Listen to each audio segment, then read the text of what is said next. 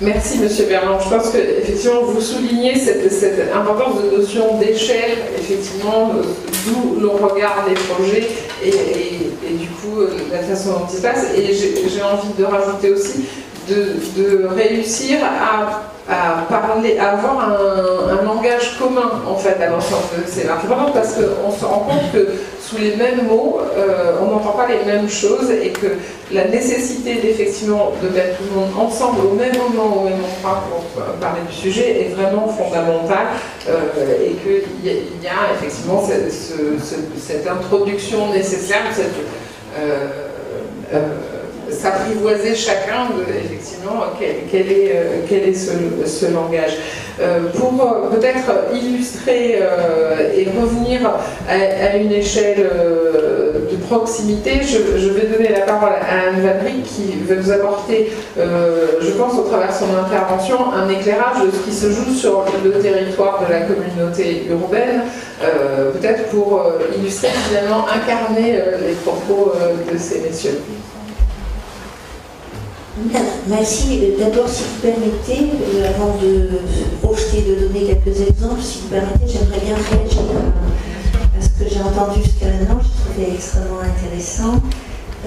D'abord, pour vous appeler à l'imagination nécessaire. Je partage cet appel évidemment et je voudrais juste illustrer nous, aujourd'hui, c'est pas une crise, mais on rentre dans un monde nouveau.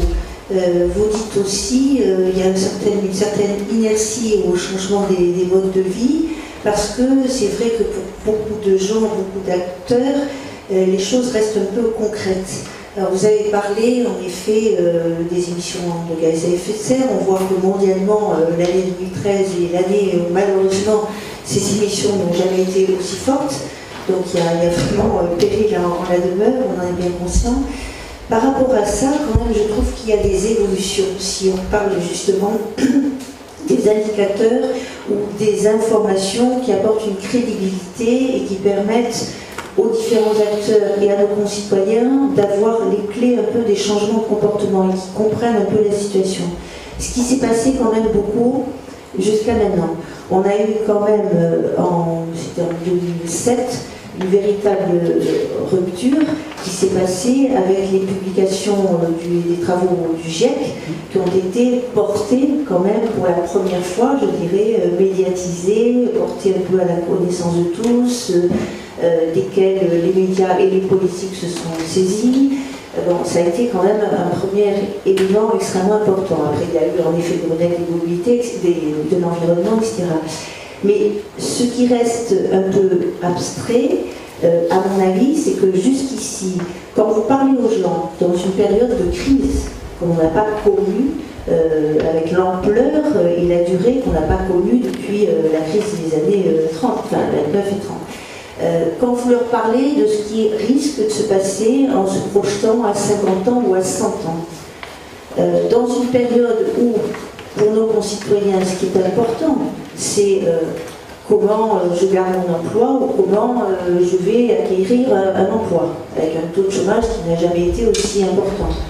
Pour les gens, la deuxième aussi priorité, enfin en même temps que la première, c'est évidemment pouvoir se loger dignement, convenablement, donc l'accès au logement. Ce sont quand même aujourd'hui les préoccupations majeures de nos concitoyens. Alors leur parler, on a pu le faire jusqu'à maintenant, de tension, le changement climatique, les émissions de gaz à effet de serre, le climat qui change, les conséquences, les machins, les trucs, etc. Pardonnez-moi, mais ça ne leur parle pas. Donc, ça veut dire qu'il faut leur parler autrement, aujourd'hui, de ce qui se passe et de ce qui peut se passer. Je vois une première évolution tout à fait positive qui s'est passée il y a quelques jours, quand Jean Jouzel, qui est le co-prix Nobel et co-président du GIEC,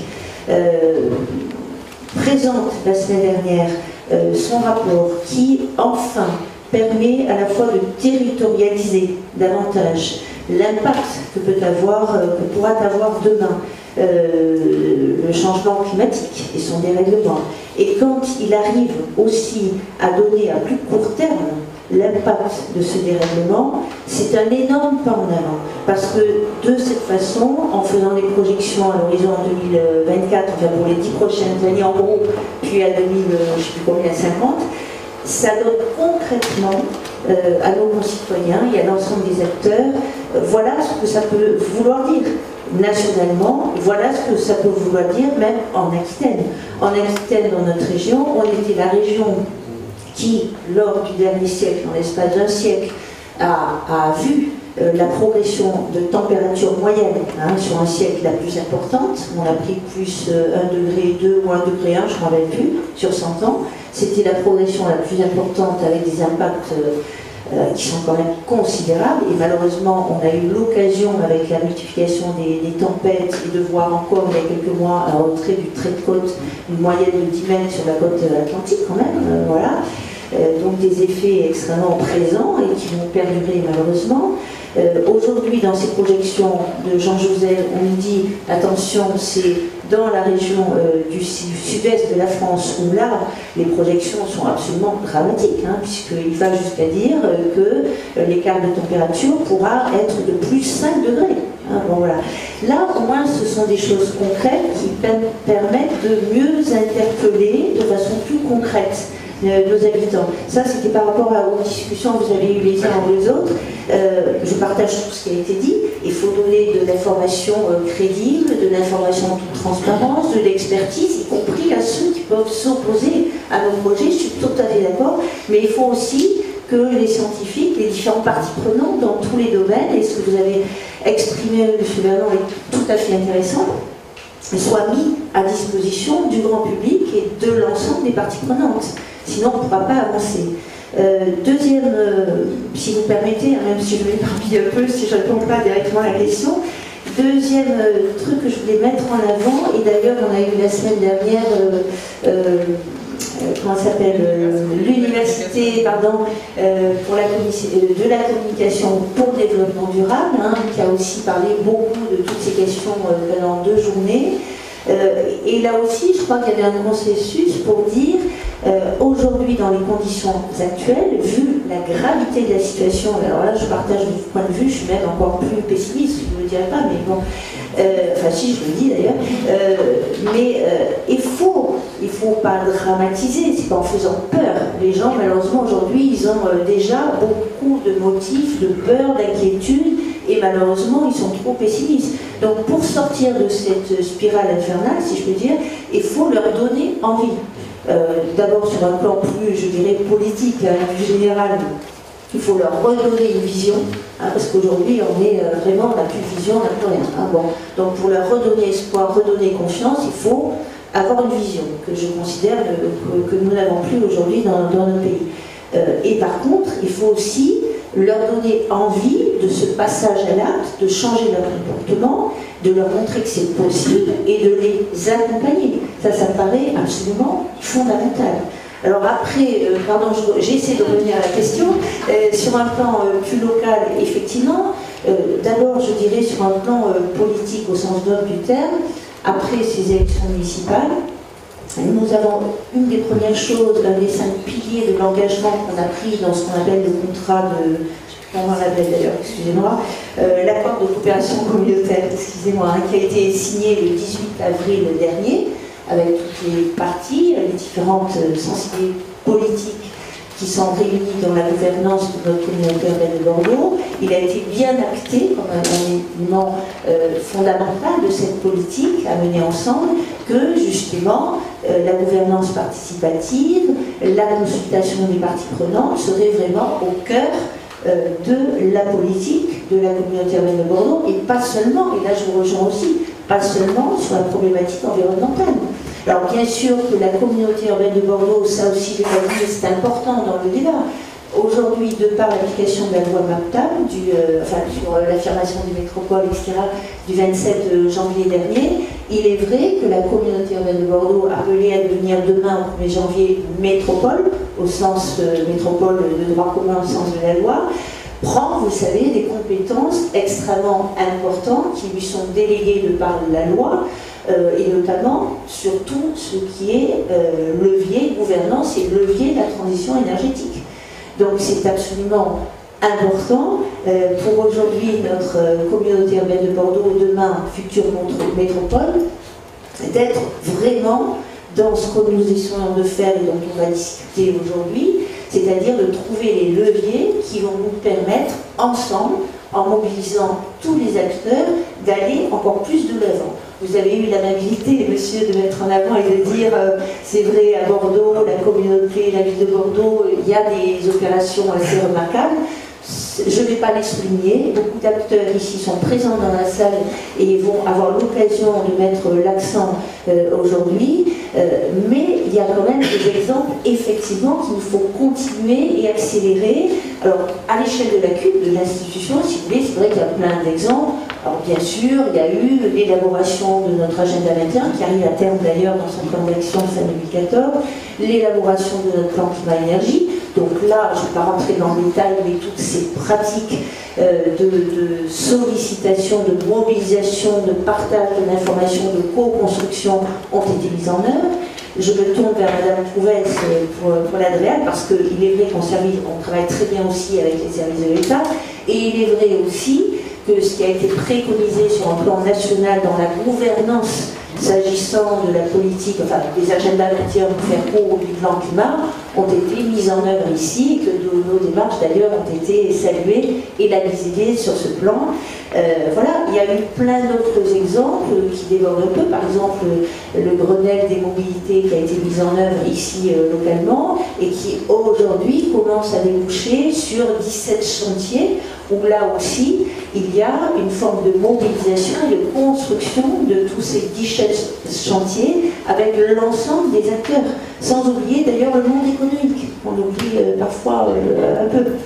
Voilà. Donc je pourrais citer évidemment beaucoup de choses. Je regarde quand même mes petites fiches, pardonnez-moi, parce que je vais en oublier plein.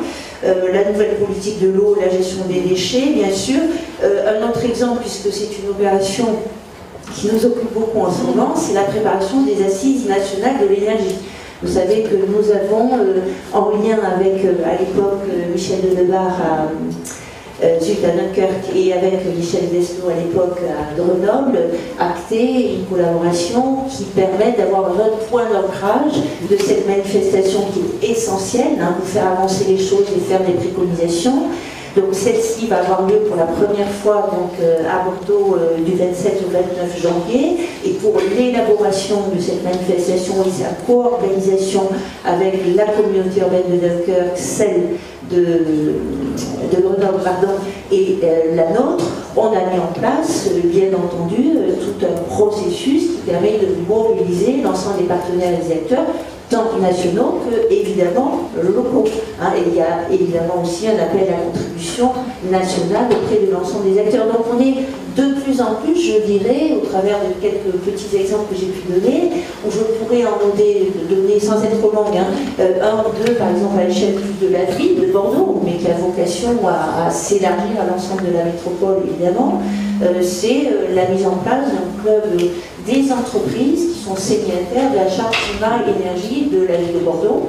C'est une initiative qui a vocation maintenant à s'élargir, évidemment, et qui permet un peu de s'inscrire dans le cadre des critères de succès. Vous avez rappelé, d'ailleurs on met autour de la table toutes les parties prenantes, on est d'accord d'abord et on adhère à un objectif, parce que sinon ça n'a pas beaucoup de sens.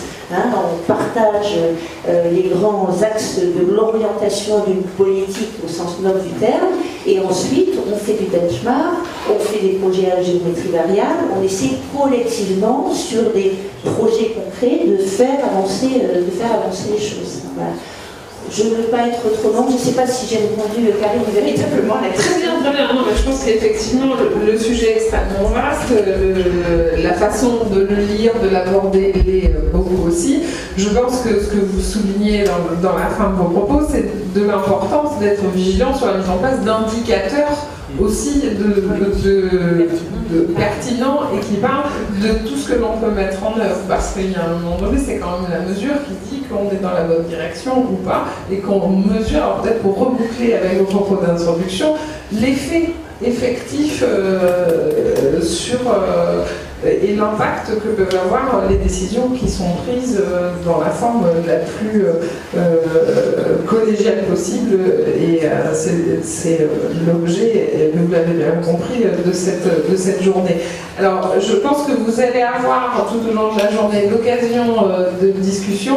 Je pense qu'il serait dommage de peut-être pas profiter de quelques questions de nos intervenants de cette table ronde d'ouverture avant de se lancer dans les ateliers. Je ne sais pas si quelqu'un veut poser une question à un des intervenants. Il y a un petit micro là-bas, Jean-Marc.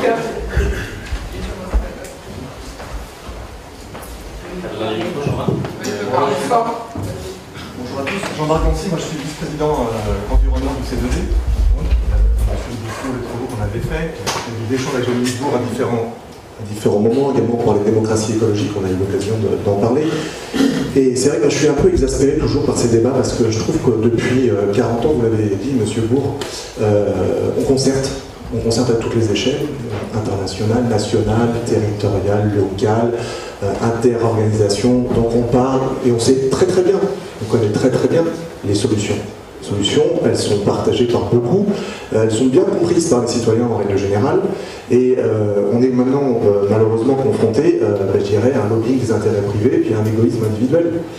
Et aujourd'hui, par rapport à ces constats-là, finalement on est dans l'idéologie. La forme d'une idéologie qui est toujours la même, qui est celle que finalement on va pouvoir réussir à découpler développement économique et émissions de gaz à effet de serre, et qu'on va pouvoir faire des grands projets, faire des grandes infrastructures, continuer à consommer, tout en résolvant le problème. Or, nulle part ailleurs dans le monde n'a été prouvé que c'était possible.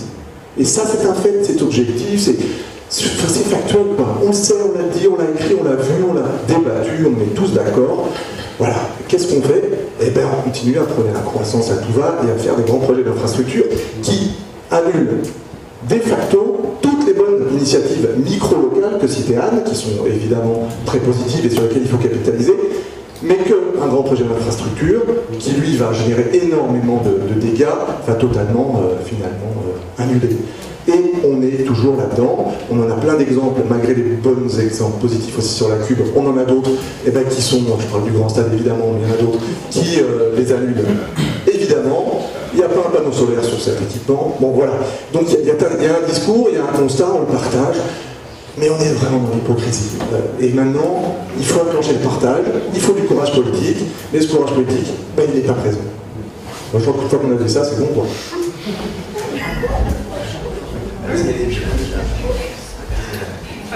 Non, pardon, je veux juste répondre à Jean-Marc, mais bon, ce débat, on l'a depuis fort longtemps, donc je ne pense pas que ce soit... non, je ne reviendrai pas sur le Grand Stade, je reviens simplement sur ce que tu dis, arrêtons l'hypocrisie, machin, etc. Je ne suis pas d'accord.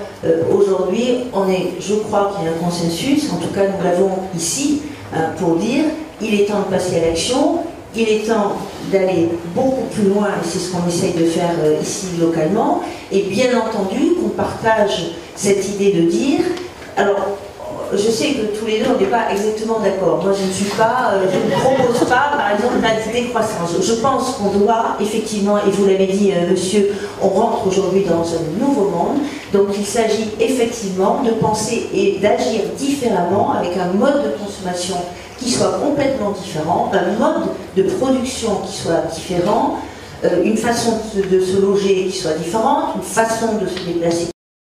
Oui, une économie, on va vraiment s'investir à fond sur le développement de l'économie circulaire aussi, qui est un axe quand même de développement ici d'une économie plus locale d'ailleurs, qui n'est pas délocalisable et qui est propice d'ailleurs à des relocalisations d'activités ici et qui est une économie beaucoup plus vertueuse.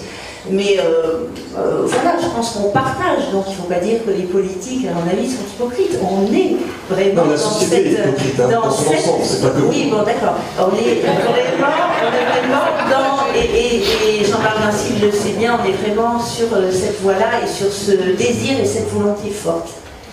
Voilà, alors je peux me permettre de répondre aussi sur le constat du caractère vraiment mythique du découplage. Voilà, ça suffit maintenant, ça marche pas. Et ça marchera pas. Je vais vous donner une bonne raison. En m'appuyant sur le travail d'un C'est un ex-cadre dirigeant de Veolia, mais qui est quelqu'un vraiment très très bien. C'est le travail qu'a fait François Grosse sur la question du recyclage. Moi, je veux dire là, c'est imparable. Bon, en gros, une matière va rester dans le temps de résidence dans l'économie de 40 à 60 ans. Donc imaginons que je peux me tromper sur les chiffres, mais c'est pas important. On va recycler jusqu'à 60% du cuivre. Donc quand on va le remettre dans l'économie, c'est un cuivre qui a été injecté, disons, 60 ans avant. Alors il y a 60 ans, on consommait 8 millions de tonnes de cuivre par an. On le réinjecte à un moment, 60 ans après, on en consomme 24. Donc en recyclant 6, vous en injectez 5, et donc vous devez aller en chercher toujours 19. C'est-à-dire que tant que vous avez des flux de matière, des flux d'énergie qui continuent à croître, alors arrêtons de la farce de l'économie circulaire, ça ne marche pas. Les choses qu'on peut faire techniquement sont intéressantes parce qu'elles deviendraient efficaces dans un contexte différent. Donc là, on n'a pas le choix. Prenez des gens comme Bobet, comme Vacasville, etc., toutes les gloires mondiales du métabolisme industriel, ça ne passera pas. Ça ne peut pas passer. Bon, on ne veut pas l'entendre. On a de bonnes raisons, vous les avez rappelées d'ailleurs, les raisons sociales qui sont là. Mais maintenant, par rapport à notre camarade, moi j'aurais quand même un bémol, on est complètement d'accord sur le fond. Maintenant, il faut quand même qu'on sache que face à ce constat, on ne sait pas du tout quoi faire. C'est pas vrai qu'on sait quoi faire. On ne sait pas aujourd'hui ce que serait un modèle social qui serait déconnecté de la croissance. On ne le sait pas. Il y a encore quelques années, il y avait un type au monde, Peter Victor, qui avait essayé de faire un modèle au Canada. Alors, depuis lors, il y a des gens très doués. Alors en France, il y a pas mal de gens qui sont très bons, genre Gaël Giraud, etc., qui commencent maintenant à s'atteler à cette tâche. Une revue comme Alternative économique, effectivement, aussi. Bon, voilà, on sait que aussi politiquement, on va devoir changer de monde. Mais c'est pas facile. On ne sait pas que faire. Donc c'est pour ça que je parlais d'imagination tout à l'heure. C'est qu'effectivement, on ne sait pas que faire. Et puis, bon, ok, il faudrait par exemple qu'on ne dépasse pas chacun une tonne de CO2 par an. Attendez, on sait faire aujourd'hui. Alors il y a des gens qui arrivent tout de suite. Bon, ok. Et puis, moi je trouve qu'il y a un truc assez très marrant en France, c'est de voir, alors c'est sans doute très ambivalent, mais vous regardez quelqu'un comme Pierre Rabhi. Il n'y a pas de solution, Pierre Rabhi c'est une icône, hein, mais bon, cela dit, il y a 10 ans, qui connaissait Pierre Rabhi? Qui lisait Pierre Rabhi? Quelques centaines de lecteurs. Aujourd'hui, c'est des millions de lecteurs. Donc on voit, et moi j'ai vraiment l'impression que depuis 2009, il y a une espèce de choses qui s'ouvrent, les esprits s'ouvrent, on commence un peu mieux à comprendre qu'on ne peut pas continuer. Mais voilà, il va falloir franchement qu'on se retrousse les manches, et c'est pas simple, et les inerties sont énormes. Elles sont énormes. Donc, moi, comment dire, c'est difficile ce truc-là. Moi, je suis pas d'accord. Enfin, je comprends le mot hypocrisie, mais vous l'avez dit vous-même, vous êtes prêts au clair sur les enjeux. Vous les connaissez parfaitement. Bon, puis en même temps, bah, vous avez des gens qui vous demandent un logement, des gens qui vous demandent de l'emploi, etc. Donc, on est un peu dans la police. Et le seul moyen de s'en sortir, c'est de permettre de l'expérience, de l'expérimentation à petite échelle. Il y a plein de gens qui, sur nos territoires, expérimentent. Moi, ce que j'attendrais des politiques, c'est qu'ils ouvrent un droit à l'expérience. Regardez, par exemple, sur la question des semences. Bon, qu'est-ce qu'on est en train de faire au monde? On est en train de, à tout va, d'ouvrir des accords d'échanges transnationaux en faisant voler en éclats les barrières non tarifaires. C'est la grande mode. Vous savez ce que ça veut dire, voler en éclats les barrières non tarifaires. Hein, et tout ça avec des commissions d'arbitrage où vous aurez les gens des grands groupes. Attendez, c'est pas la démocratie. C'est infernal ce truc. Donc il faut qu'on ouvre un droit à l'expérimentation, qu'on permette des dérogations, qu'on permette à un paysan de replanter ses semences et qu'on envoie bouler Monsanto. Il y en a vraiment marre, quoi. C'est ça, si on ne fait pas ça, si on ne permet pas aux gens localement de se démerder, de créer et de sortir de certaines gangs, et là les politiques peuvent nous aider. Il n'y a qu'eux qui peuvent faire ça. C'est pas simple. Hein, c'est pas simple, mais il faut qu'on tâtonne et qu'on cherche, quoi, et qu'on arrête de jeter l'anathème. Ben non, oui, moi je veux la décroissance, évidemment. Simplement pour y aller, il va falloir croître dans certains domaines. Hein, par exemple. Bon, c'est assez complexe comme truc. Mais voilà, on a cet objectif. Au moins, essayons d'ouvrir, si vous voulez, des écoutilles à petite échelle. Essayons d'expérimenter à petite échelle. Et on ne le fait pas en imposant. Nous, encore une fois, la participation qui garantit rien du tout. Mais elle garantit au moins une chose, c'est que l'information passe. Après, c'est pas elle qui va à elle seule changer les consciences. On est d'accord. Merci. Peut-être je complète avec ma modeste expérience, mais dans d'autres cercles de réflexion, on suggérait de créer, alors je me tourne vers Anne, des zones d'expérimentation qu'on avait appelées les ZOE, qui étaient des zones d'expérimentation opérationnelle, où se dire effectivement, on créons des endroits où on peut transcender un cadre de loi, un cadre législatif pour tester. Je passe la parole à monsieur qui voulait compléter. Simplement, je voulais réagir, compléter les propos de la présidente et ce qui vient de dire par Dominique. C'est que ce qui me semble-t-il a changé dans les années 90-2000 en matière d'écologie, c'est qu'il y a des problèmes locaux, il y a des enjeux locaux qui se règlent localement. Je m'explique. Les phytosanitaires dans une nappe phréatique dans une certaine région, ça se règle à l'échelle de la région. C'est pas parce que les Chinois mettront plus ou moins de phytosanitaires, ça réglera pas le problème. Il y a des enjeux en matière de pollution de l'eau ou de pollution atmosphérique qui ont des incidences locales et des incidences ailleurs. Et si on diminue des émissions de polluants dans une ville, ben, on améliore la qualité de l'air dans cette ville et on améliore la qualité de l'air globale. Et puis, c'est ça qui est nouveau, c'est qu'il y a des sujets pour lesquels on peut agir localement, mais que le résultat dépend de ce qui est fait partout. Bon. Et vous prenez le climat. Le climat, il y a deux moyens d'agir. Et alors d'abord, on sait que le climat à l'échelle de la planète va dépendre de ce qu'on fait à Bordeaux, va dépendre de ce qu'on fait à Douai, à Lille, va dépendre de ce qu'on fait en Europe, mais va dépendre de ce qu'on fait partout. En ce qui concerne la réduction des émissions. Donc, on ne peut, sur la réduction des émissions, que avoir une discussion internationale où il faut partager les efforts, sachant que les États, pour faire simple, n'ont pas les mêmes intérêts, ne sont pas dans la même situation, n'ont pas les mêmes approches. Et c'est un des enjeux, pas un spécialiste de discussion là-dessus. Par contre, vous avez abordé un autre aspect qui d'ailleurs correspond à la position de certains États. Ce n'est pas la question de la diminution des émissions, c'est l'adaptation au changement climatique. C'est-à-dire qu'on part du principe que les effets, même si on les réduit, de toute façon, ils auront lieu. Et qu'il faut s'adapter. Alors là, effectivement, là, on retombe sur des enjeux locaux, où c'est pas en Chine qu'on s'occupera de savoir ce qu'on fait sur la côte atlantique en France, savoir si on déplace des populations, voilà. Donc, le problème, c'est qu'un certain nombre de sujets, moi j'ai vécu ça, je fais un passage au ministère de l'Environnement, fin des années 80, début des années 90, où cette dimension interplanétaire, on ne l'avait pas encore totalement appréhendée. Vous commencez à parler de transport, de polluants à la grande échelle, etc. Bon, on ne parlait pas encore vraiment dans les politiques de l'écologie globale, c'est venu après. L'écologie globale, c'est venu après. Et le fait qu'il faut penser globalement, agir localement, que de toute façon, c'est par la somme, l'addition d'actions locales qu'on pourra. C'est si partout on réduit les. Mais sur cet enjeu climatique, le problème c'est que. C'est les deux. C'est les deux.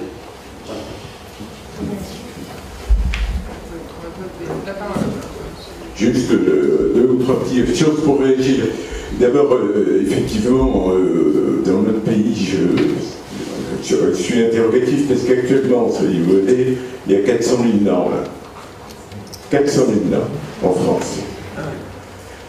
Donc, si vous voulez, on attend toujours, tous les gouvernements, de droite ou de gauche d'ailleurs, un choc de simplification. Alors moi, j'attends le choc de simplification.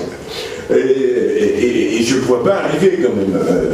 Et je vois, vous savez combien de circulaires reçoit un préfet par mois? 1000. 1000 en moyenne. Bon. Donc c'est, si vous voulez, extrêmement compliqué pour les politiques. Et les collectivités en plus ont pris un peu cette intérêt, si je puis dire. Elles émettent des normes, elles aussi. Et derrière, on parle même de donner aux régions un pouvoir législatif. Bon. Donc, si vous voulez, on est en pleine confusion entre un souhait de se rapprocher du local et d'expérimentation, parce que personne n'ira contre la notion d'expérimentation, et puis ce fait, d'une sorte j'allais dire, excusez-moi, de centralisme administratif effrayant, quoi. Alors je ne sais pas si en Suisse il y a aussi 400 000 normes, j'en sais rien, mais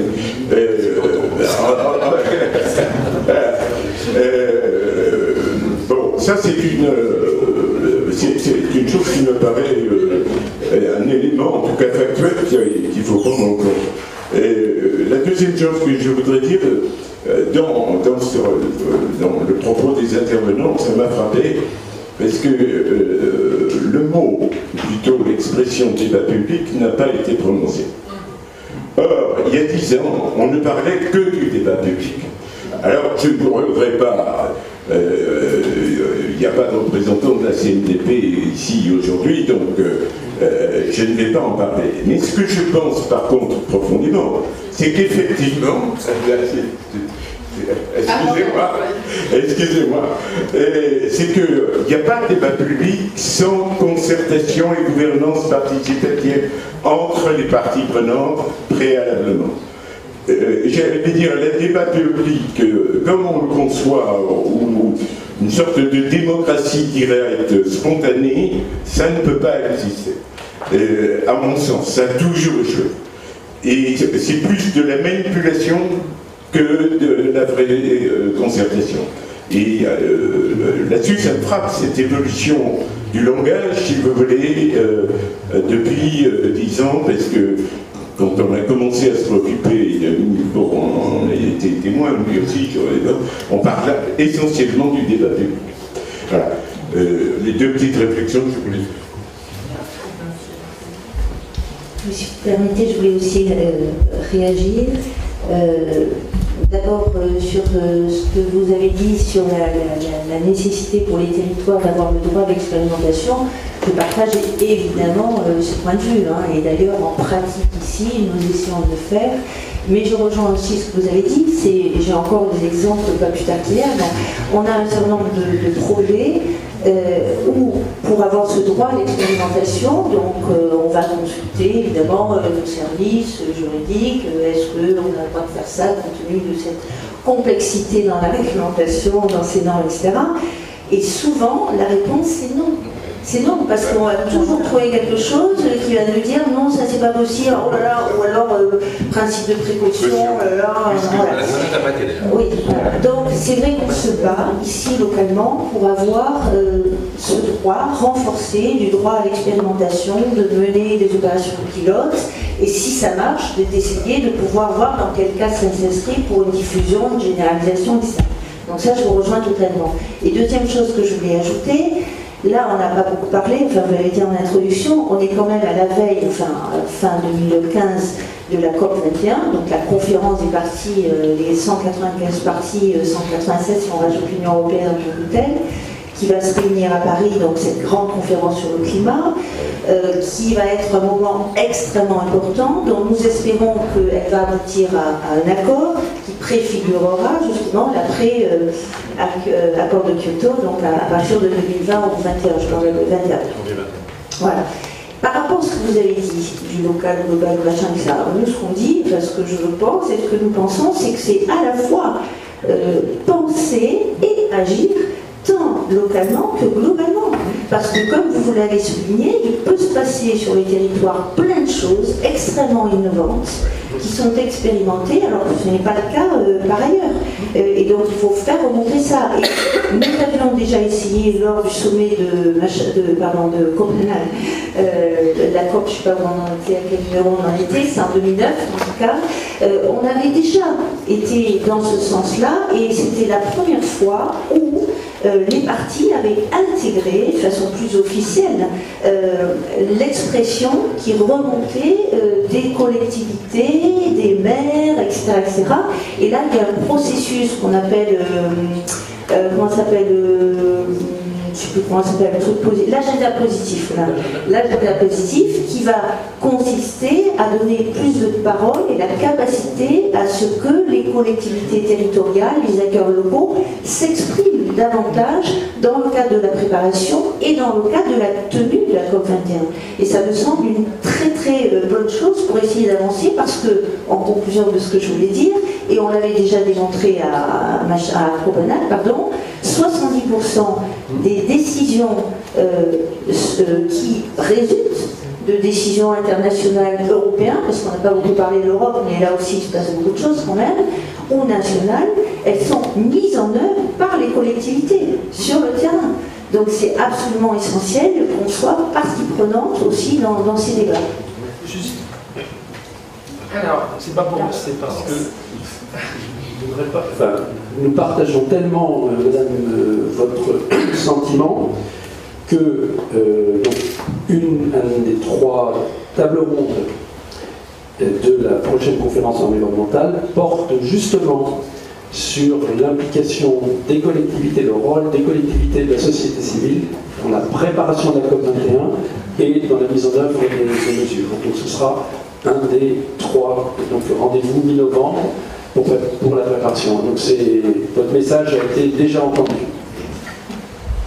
Merci beaucoup. Alors je suis désolée, mais je vais être obligée de... Oui, je sais bien, mais on a un petit point de timing. Si on ne va pas travailler dans les ateliers, on va... Alors je peux pas vous... à moins que j'ai une autorisation si chacun s'engage à faire cette question une réponse extrêmement courte, je veux bien vous laisser poser la question à la micro derrière vous. Merci. Je vais être très rapide. L'expérimentation, d'accord. L'expérimentation, ça fait 15 ans, 20 ans, 30 ans. 40 ans que des gens de la société civile, des agents de l'État ont lancé des expérimentations. Élargies sous forme de droit, bien sûr, élargir l'expérimentation, d'accord. Mais moi j'attire votre attention sur l'exemplarité. Est-ce que s'il y a un droit à l'expérimentation, il peut y avoir un devoir d'exemplarité? C'est une question très complexe parce que l'exemplarité, elle se place à des échelles différentes. En tout cas, ce qui est vraiment important dans ces expériences, c'est de pouvoir les faire connaître. Si elles sont exemplaires sans être connues, ça n'a rien d'être exemplaire. Et c'est de pouvoir les mailler. Et c'est petit à petit, quand ça marche, de créer les conditions pour que ça s'élargisse. Donc effectivement, l'exemplarité, c'est très bien. Maintenant, on est sur des domaines qui sont quand même très très difficiles. On peut les comprendre parfois de manière presque ascétique. Donc voilà, il faut quand même ouvrir un peu pour ne pas décourager pour ça. Mais l'exemplarité, oui, c'est une clé fondamentale. Oui, je dirais simplement que le droit à l'échec et le droit à la réussite font partie du droit à l'expérimentation. Et le droit à l'échec et le droit à la réussite et l'échec sont également exemplaires. Donc il faut faire, on s'imagine toujours que l'exemplarité, c'est un signe de réussite. Pas du tout. L'exemplarité, c'est la conscience de l'échec ou la conscience de la réussite. Et donc, à mon avis, l'expérimentation, c'est le droit à l'échec, comme le droit à la réussite. Si on la refuse, il n'y a pas d'expérimentation. C'est clair, et je pense qu'effectivement, l'importance de témoigner de l'échec permet d'enrichir l'expérience suivante.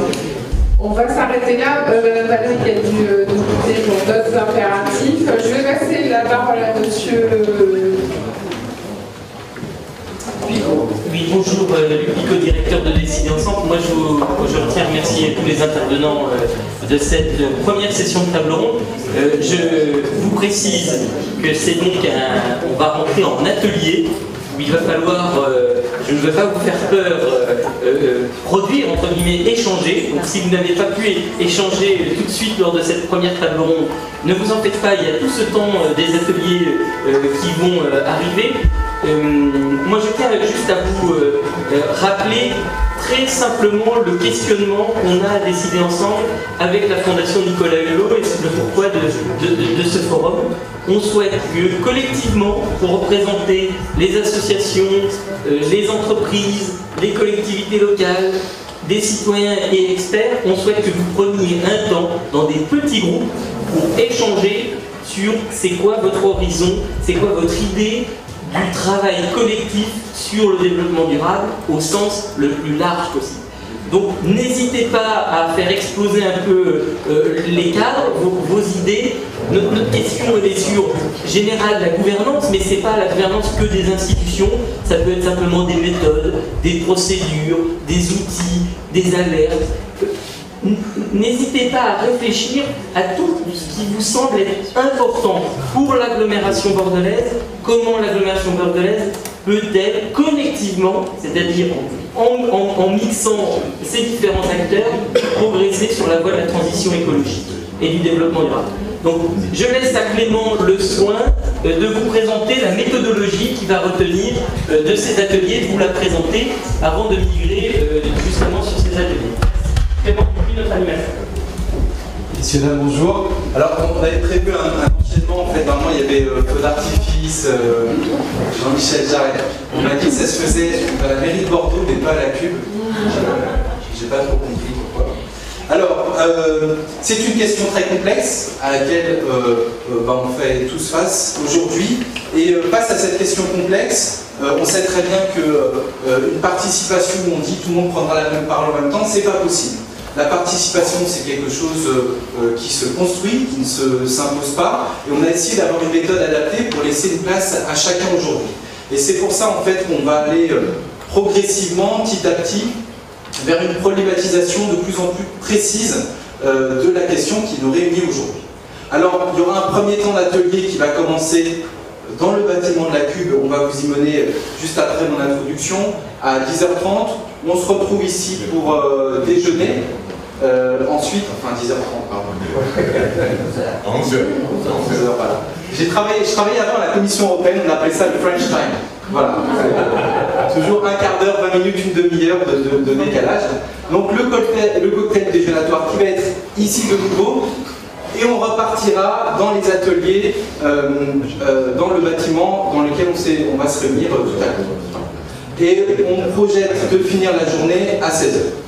Voici un petit peu le cadre au niveau du temps. Je vais vous expliquer très sommairement la méthodologie et pourquoi on a une telle méthodologie. Alors, on parle beaucoup aujourd'hui de co-construction. Co-construire, c'est quelque chose où il faut laisser une place à chacun.